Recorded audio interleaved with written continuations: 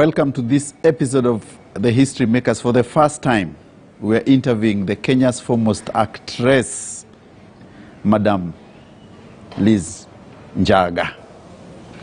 You can, in English, they call him Lizz Njagah, but in Luo, we call her Lizz Njagah. Yeah. You know the meaning of Njagah? Yes, I know. Do you know the meaning of Njagah? I know, yeah. But I'm not going to say what it is. Because what does... Huh? No, in English. So can we call you Liz? No, you can't call me that. Call me Njagah, it's fine. I call you Njagah, it's fine. But we should also call you Liz Alex. That's also okay. That's okay. Yeah, welcome, okay. Liz. How have you been? I've been good. How many years? 6? I've not seen you. Since 6 years. Tell me, how is the movie project coming up? The movie project? Mm-hmm. Well, really good, actually. Mm-hmm. I've got a project coming out, hopefully this year, Pulse of Africa. I mean, I know people have heard about it for a very long time, but finally, you know. It's out now. No, it's coming out. Yes, finally we should hopefully release it this year or early next year. Yeah. And for the last time we had a conversation, you were involved with Mnet, we are going to Nigeria, the Nollywood experience, and now some Greek experience. So what is the journey, Lizz Njagah's journey into these productions? And of course, Alex. Yeah. Of course, Alex, your husband. How it all started? Yes. Well, where do I start? I mean, it's like it started such a long time ago. I think it's been about 20 years. I don't know if I'm going to mention how long it's been. That's when I started, like 20 years ago, when I started with at the National Theatre. My first show, you know, was River and the Source, and I'll never forget that show. Who directed it? Who directed it? Wow. Sami Mwangi? No, it wasn't a Sami Mwangi production. It was, our director actually moved to Tanzania. Oh, Tyson, George Tyson. Yes, George Tyson. He passed on, actually, George Tyson. Yeah, he passed on, he did. Yeah. So he was my first director, like on something professional.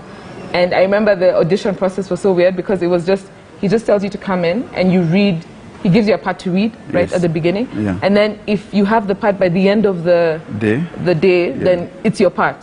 You know, so he just kept changing. He's like, okay, you read this one. Okay, no. Okay, now try this other one. Try this other one. And then whatever part you were left to at the end of the day was your part. You know, and that's how I got Nyabera, River and the Source, and that was really cool. Yeah. And then from there you took it professionally? Yes. Then from there I took it professionally because before, of course, I'd been acting in church and things like that. Then I got into Phoenix, but I didn't get in the first time though. You know, I went for the audition and they sent me a regret. What do you mean? Yeah. Actually, I went my first audition at Phoenix, I didn't get in. Yeah, you know, I didn't get in my first time, so I had to wait for the next year, which was, you know, because they used to hold auditions then, they used to hold them every year. Once every year, you know. So the first time I didn't get in, and I was like, okay, I went back to National Theatre. Yes. The second time, then I had the opening up again, and I went, and I got the second one, my second audition. But I waited a year, so imagine. You know, wanting to get into Phoenix, because at that time Phoenix was the big. Holy Grail. Yeah, it was. But because it was the only professional center apart from Mujiza players. Exactly. But Mujiza was very at the back, next is it Nut House? A bit far off the center of the city. Yeah. So from there you moved into. From Phoenix, where did you go to? Well, from Phoenix, I did then they offered me the 2-year internship. And then after I got that, I was at Phoenix for a bit because I was learning everything to do with, you know, production, with directing. That's actually where I started getting into directing. And then after that, I got into TV because I did the Lux commercial. Like, that was actually my first commercial ever on television, you know, and it was really fun. The smooth face. Yes. Well, it was. Do you remember the lines? I don't remember anything, but it was actually. And then from that actually got me Makutano Junction. They saw me on the last commercial, and you know, in Makutano, you're with Kina OJ. Yes, I was with OJ, Charles Bukeko. You know, may rest in peace. I mean, what a great loss for the industry. You know, fantastic character. Yeah. And then from there, you moved into. From there, that's when I actually started doing more films, you know, because at that point I started getting into props you know, doing like a production. Oh, yeah? Yeah, this is when I started production. And I started, I was like in the art department, so I was working on that. But you know, because in the industry at the time anyway, you couldn't really support yourself with just acting because the roles were few and far between. Yeah. You know, you wouldn't get like many roles at a time, so it was, you had to do other stuff. So I started doing production, you know, and then I left. Where did you go to? I was like, it's time to go and see the world. I went to Emirates. I became cabin crew at Emirates for about 5 years, and then I came back. You didn't get stuck there? You didn't? No, I came back. I came back. So how did you, was it easy to adjust from the stage? Yeah. You see, the transition between stage and screen is always very difficult. And then now you are leaving stage and screen and you're going into hospitality. Yeah. What was the challenge? You know, hospitality is acting. No, it really is, because a lot of times you have to be really nice to people, and they're not being very nice to you, you know, because they're like being very demanding, and you just have to put that smile on, and you have to show that it's not bothering you. So it's, my acting career helped me actually a lot with Emirates, you know, but I also love talking to people. And that's one of the things that, you know, traveling and talking to people, that was just amazing, just doing all that stuff. But then, of course, you can't do it for long. So how did you stop? You just decided, okay, I'm done with this. Yeah. Let me move out. Yeah, I wanted to go back to, I missed the stage and I missed acting and I just missed it. Because once you get the bug, man, it's hard to let go of it. So I missed it so much and I decided it's time to go back. So I came back. And then, is it the time you met Alex and... Yes. So how was the meeting? Okay, you know, it's funny you asked that because we have two different stories. So I'm going to, you know... No, give me a story, and then you give me Alex's story, and then we come to the common ground. Okay. Well, around the time around the time I was in Emirates, I was looking forward to come back. So I'd taken about 4 months unpaid leave, you know, to come and see how the industry's here. And at that time, I was going around to different production houses, like, you know, I want to act. I'm an actress. Here's my CV. You know, I was reintroducing myself, so to speak. And so what happened was I sent an email to G2, because at that time Alex was at G2, and he saw the email and he invited me over to the office. He was like, okay, this is an actress, we know we can meet. So I went over to the office to meet with him, right? And to just talk about, like, let them know that I'm available and if they ever have a project, to call me. And so then he asked me out for a coffee, I think, at the National Theatre. Yeah, he asked me out for coffee at the National Theatre. And we went for coffee, and then what happened? I don't remember. Actually, no, it's a long story. I'm not going to get into all of it because there's so much more. Like, he gave me his number, I didn't call him, and then eventually he found me at a birthday party, and he was like, we're supposed to go for coffee. So then we went for coffee, and then, yeah, and then, you know. And his story? Huh? His story, that's your story. His story, this is my story, that's how we first met. Now, his story is, we met while I was still flying, and he said we met at a karaoke bar. Yes. Yeah. So he said we met at a karaoke bar, and I was with one of my friends, and I don't remember him. This is the thing. I don't. Honestly, I have no recollection. I just remember there were 4 people at that table, and he was one of them, and I don't remember him. I remember his friend, but not him. So. What do you mean? Were you drinking something? No, I mean, of course I was having maybe a glass of wine, but it wasn't because I was drunk. I just have no recollection of meeting him that night, you know. But at least you agree that eventually the non-meeting and the meeting, because there was a non-meeting, and then there's a meeting, and then you ended up together. Yeah. So how is the married life now? It's cool. I think one of the best things is that we work together, you know. We create stuff together because we're both in the same industry, you know. And my strengths, he covers my weaknesses and I cover his, you know what I mean? So we have, like, I produce and he directs and we write together, you know, we're very creative together. We come up with, like, interesting ideas together, and we just, I think we really work well together. So it's really helped our marriage. You know, the fact that we are so in tune, you know, and the fact that we do the same thing, I think that's helped. I know a lot of people say, you know, it's good to have to do different things with your spouse so that, you know, you're not always together all the time. But it's really worked out well for us. you know. And also, how did you blend the Greek culture and the Kenyanese culture into? Let me tell you, Greeks are the Africans of Europe. You know, what do you mean? No, hear me out. Like, and this is something Alex even said before, but after living in Greece, I realized how true it is. Because Greeks are very family oriented. You know, a lot of European cultures are not. Not, yes. You know, it's very individualistic. Like if you think of the UK, you know, it's just about you and your family, you know. But Greeks are it's about the extended family, you know, your grandmothers, your aunties and uncles, which is something that we have here. Yes. You know, so they're very family oriented. So that's, and yeah, so that's one of the things that makes them like Kenyans. The way they drive is another. They drive. How do they drive? They don't follow the rules of the road. What do you mean? They don't. At all. Like, you know, in Greece, if you see a red light, like let's say you're approaching a light, right, and it's green, yes, right, yeah, and then it turns orange. So you're supposed to slow down, right? Yeah.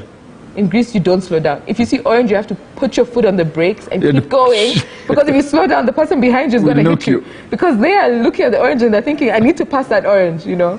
So you have to like keep going. So yeah. Oh, orange means go fast.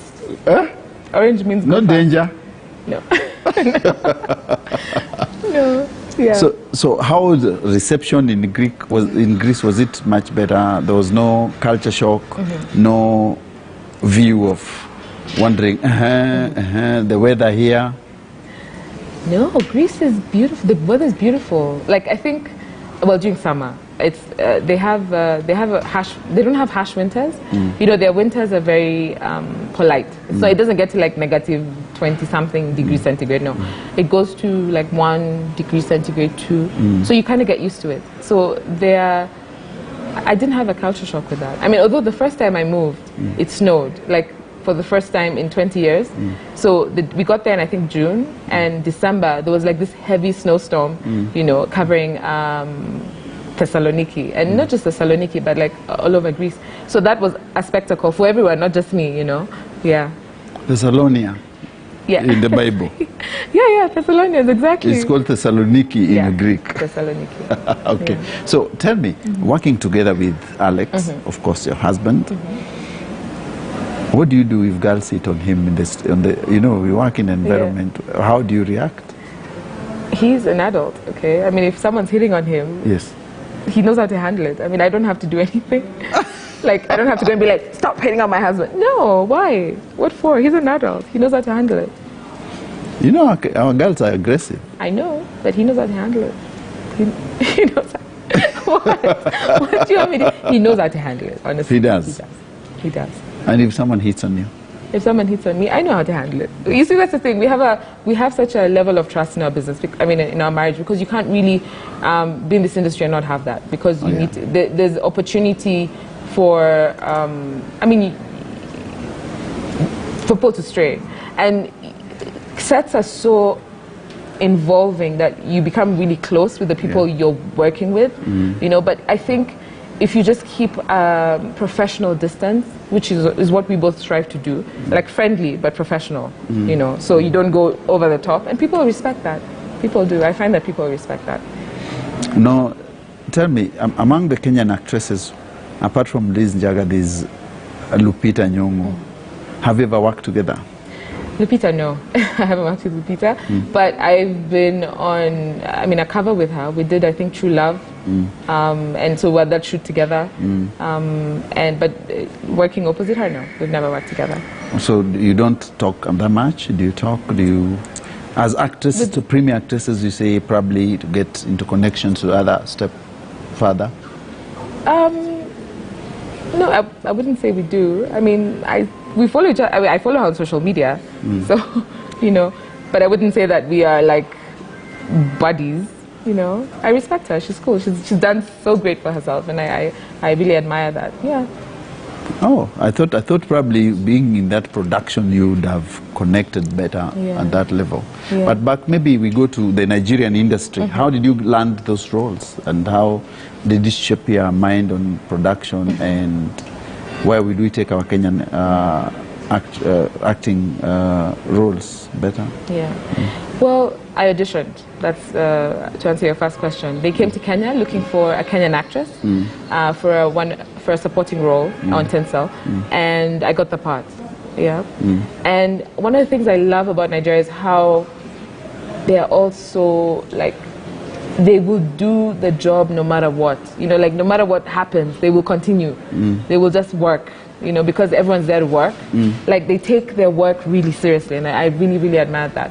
And I think one of the things that Kenyans can learn from Nigerians, especially the film industry, is not to just wait for the big bucks to come before you do a project, you know. Just shoot with whatever you have. You know, you have a one house. camera. Yeah, shoot with that one camera. Get your friends to come and shoot. Let me tell you, this is how they started. Yes. You know, just shoot with whatever you have. Wrong angles.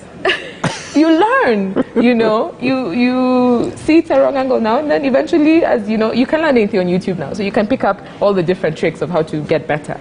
Yeah. So that's one of the biggest things I learned from Nigeria. Just to start at your level, at whatever level you are. Don't expect to be Nollywood, to be Hollywood the moment you do your first project. That's not going to happen, you know. And so, tell me, between Big Brother, you were in Big Brother, you're supposed to go for Big Brother. You were shortlisted for Big Brother. I was shortlisted for Big Brother. And then you decided to go for Tinsel. Yes, then I got on Tinsel instead. And would you have loved to go on Big Brother? I don't know. You know, maybe at that age when I was shortlisted, I might have actually done it. But I'm actually glad I went to Tinsel instead. I think Tinsel was I learned so much more on Tinsel. You know, and Tinsel obviously was like a longer contract as well. I mean, both were with Mnet, of course. Like Mnet South Africa and Mnet Nigeria. But yes. I learned so much more. I think Tinsel really helped me develop my craft. So I'm actually glad that, you know, I went to Tinsel. Yeah. And apart from Tinsel, the other movies you've done for Mnet, any? Yes, I've done a few films for.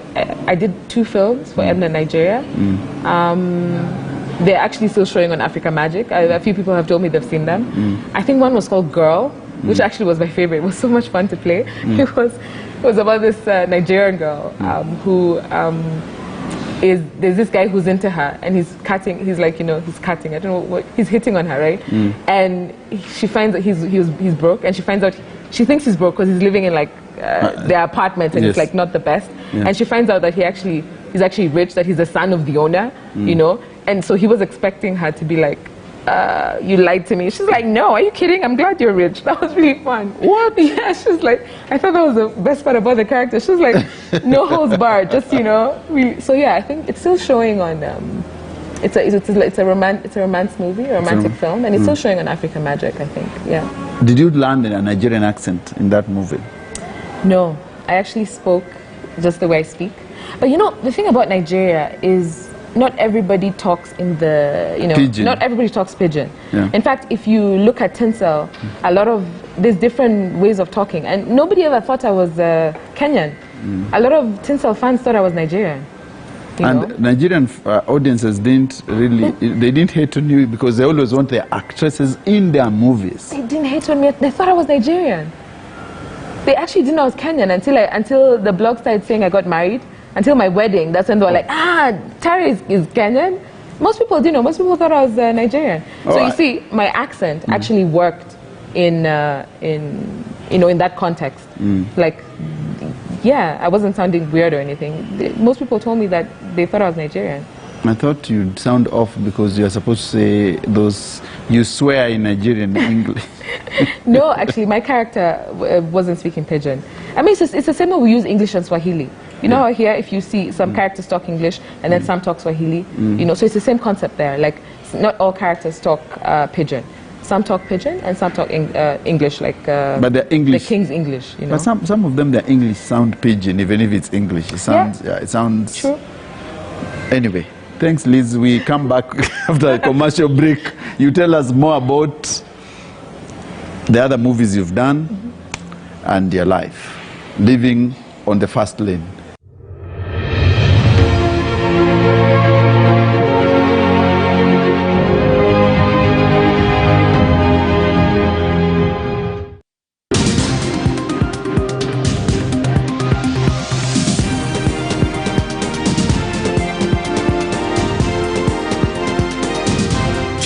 KTN News. Get the whole story.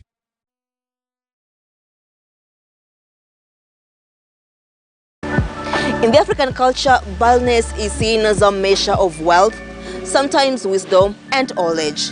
But the younger generation is not embracing baldness at all. For people who are in, like say for instance, celebrities who are always in the media, and you do not want to start getting baldness early. In fact, they are using modern technology to salvage their hair loss. So PRP, it is a safe procedure. We do it in a clean, sterile environment. As I said, it's your own blood that is going to be re-injected back to you. So the risks of, any risks are very minimal. My name is Beljin Waliula, and in this week's episode, we look at how platelet-rich plasma therapy is being used to treat hair loss.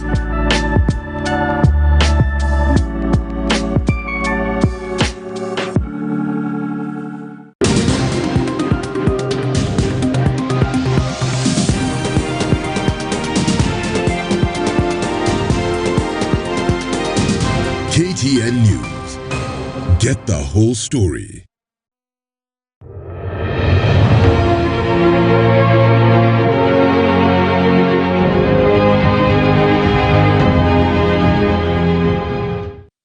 Okay, welcome back. I'm still with Madam Lizz Njagah Constantaras. I don't know whether we bring Njagah before or the Greek Alex Constantaras name earlier, but she'll tell us.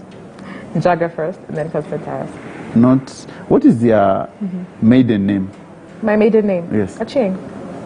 Oh. You're born during the morning? Yeah. During the midday? Yeah, when the sun was When the sun was shining. Yeah.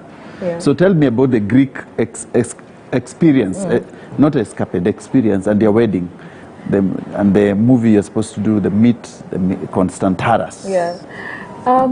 Well, first of all, when we were getting married, I was still in Nigeria, right?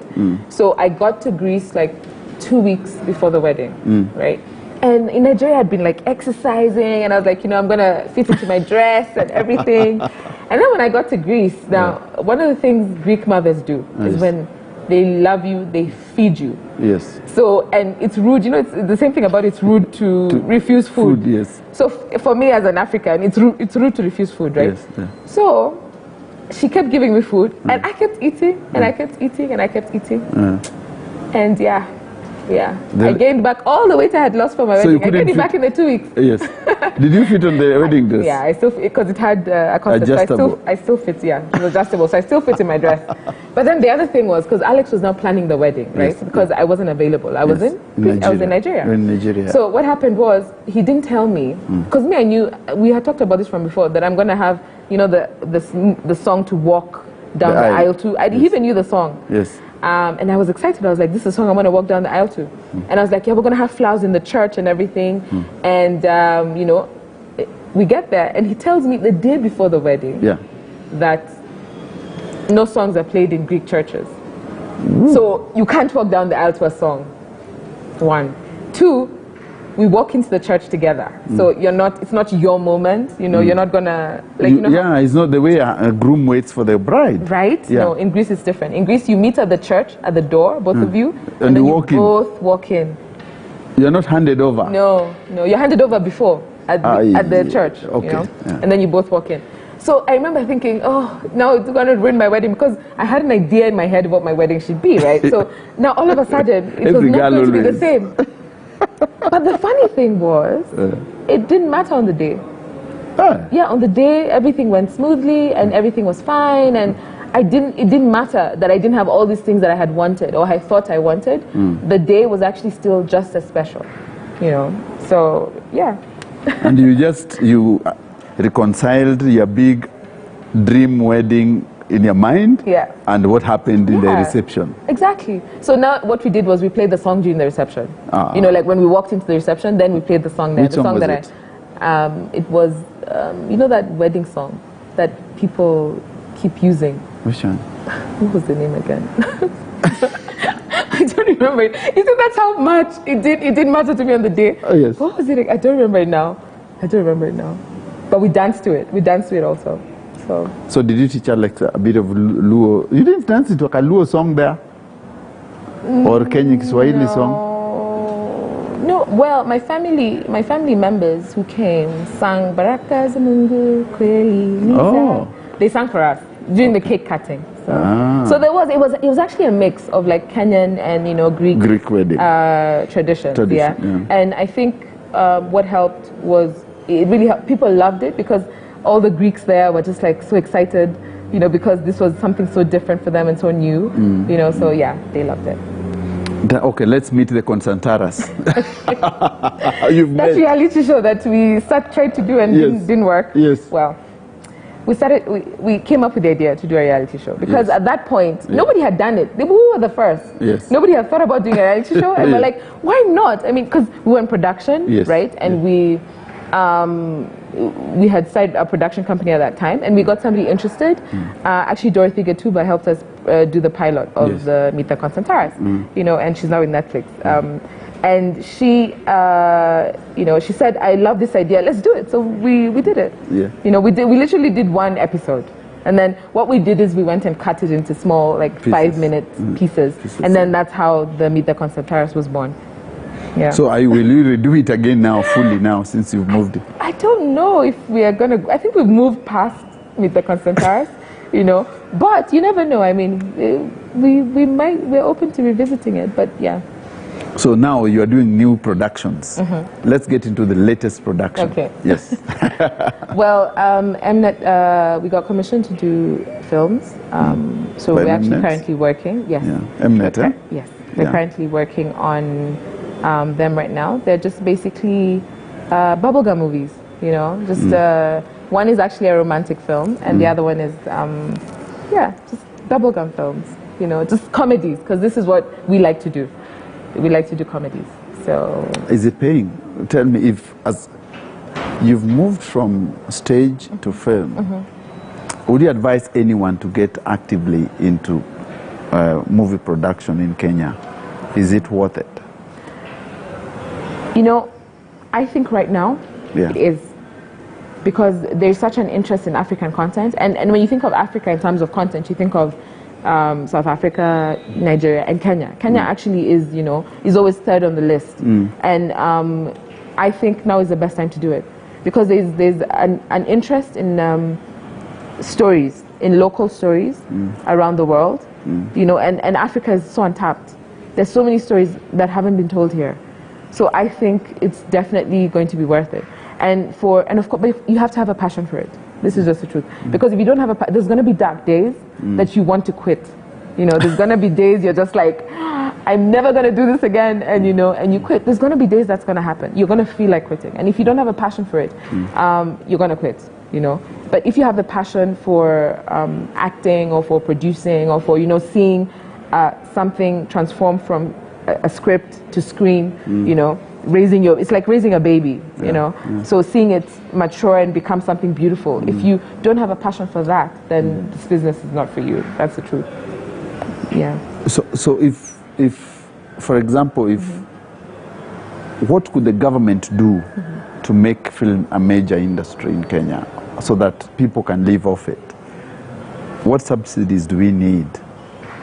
Well, I see that KFC has started giving subsidies and giving grants, film grants to filmmakers, and this is what we've been asking for the longest time. Just give us some money to make the film.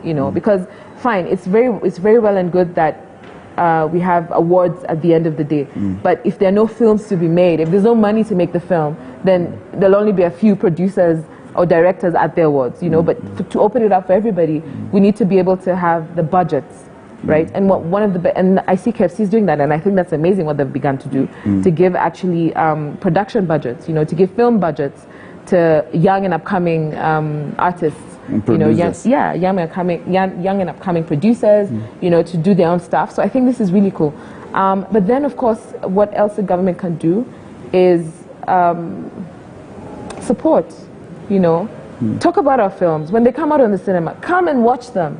Because people believe in politicians, right? Yeah. Well, come and watch the stuff, right? Bring your whole entourage, Because then wherever you go, the public will go, you know. So use those platforms that you have to, and don't just wait for projects that are international to talk about them, you know. Talk about also the local projects, you know, because all this is, you know, we have support, yes, from our, you know,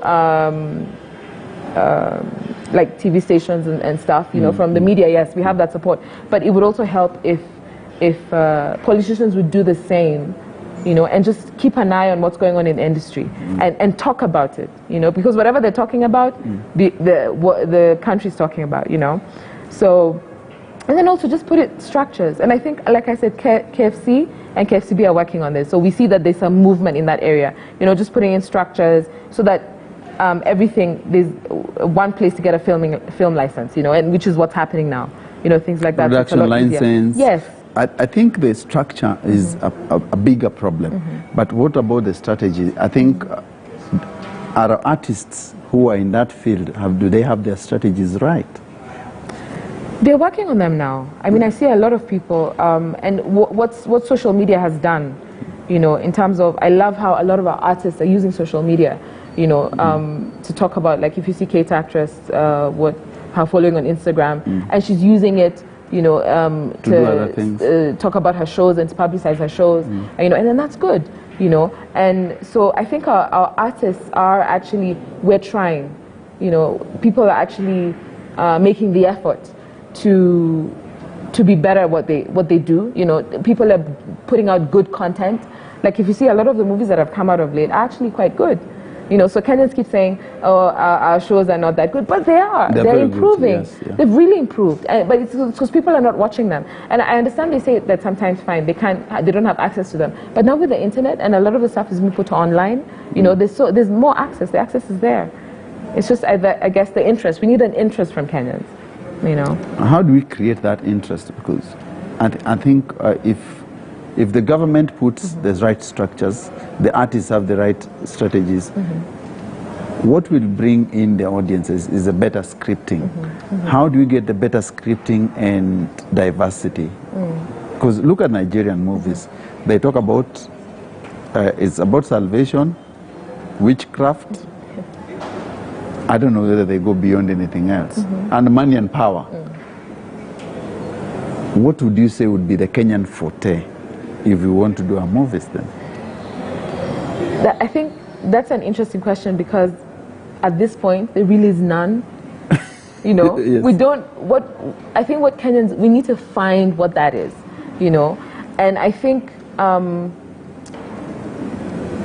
there's so many stories to be told, and there's no need to put yourself in a box and say, fine, I'm just gonna do this one. You know, and I think Nigerians do that because their audience likes them, right? So they keep doing the same thing over and over again because they found out what their audience likes. But I think it took them a while to get to that point. Yeah. Before understanding what your audience really likes, you have to give them as much as possible. You give them a variety. So I think at this point, we're in that place as artists. Like, give guys a variety. Fine, you know they like comedy, you know, which is how Alex and I started doing comedies at Historia Films, because we were seeing all the success that the stage plays were having. And we're like, okay, let's try and translate that to film, you know. And then we did House of Lungula, and you know, it was received really well, you know.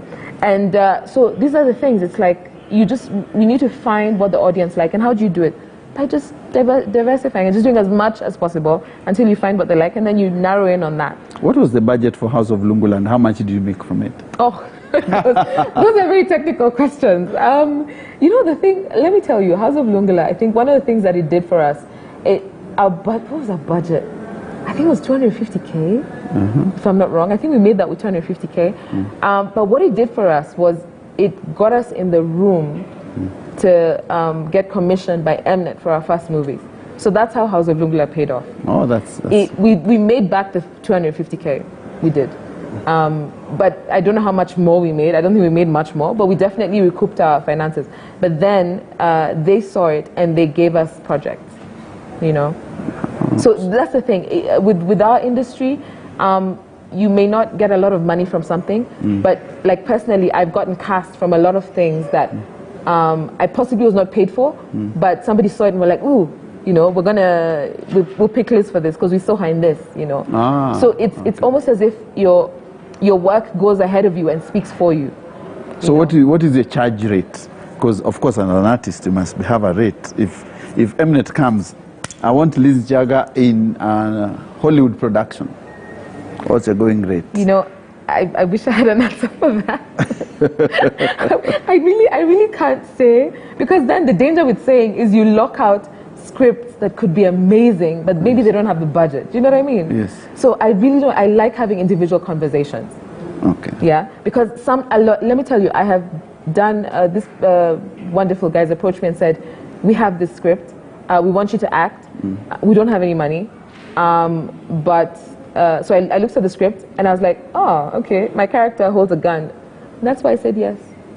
Your character holds a gun? Yeah. No, that's the reason I said yes. I was like, you know, I wanted to, you know, experience that whole thing. So I said yes. So I don't like having a number, putting a number out there and saying, you know, this is what this amount of money. This is I don't go for anything less than this. No, I think that's very elitist. I have different conversations. So what is your favorite movie you've done, and what was the most technical movie you've done? The most interesting movie you think? Interesting. Honestly, I really like Girl. Like Girl for me was she was such a beautiful character. She was so fun to play. Like the Mnet Nigeria one, she was so much fun to play. But I really that's a really hard, because who do I pick? Like which character, which movie? I've done so many. I mean, like, I don't know which one specifically to say. I mean, I'm not going to pick any of the ones I've produced, that's for sure. Because those were fun for a different reason. They were fun because, you know, I was learning how to be a producer, and I was, you know, so those were fun, but for a different reason, you know. But yeah, I'd say Girl. Girl was amazing. Girl was amazing. What would you say has been your greatest achievement in the production world? My greatest achievement? I'd say just getting cast on Tinsel, you know? Or are you talking about like producing or anything? Tinsel is a big show, and I didn't realize how big it was until I got there, you know, because just the Nigerians are very passionate about their projects, you know, about their shows. So everywhere you go, everyone's just like, Tari. Like I was in Ghana once, right? And I was doing a shoot in Ghana, and we were walking on the street, right? Because I think we were going to a market to shoot, and this mother stops her car and she's like, Tari, how are you doing, Tari? And we had this conversation with her, and then she went, right? And I was like, okay, she's gone.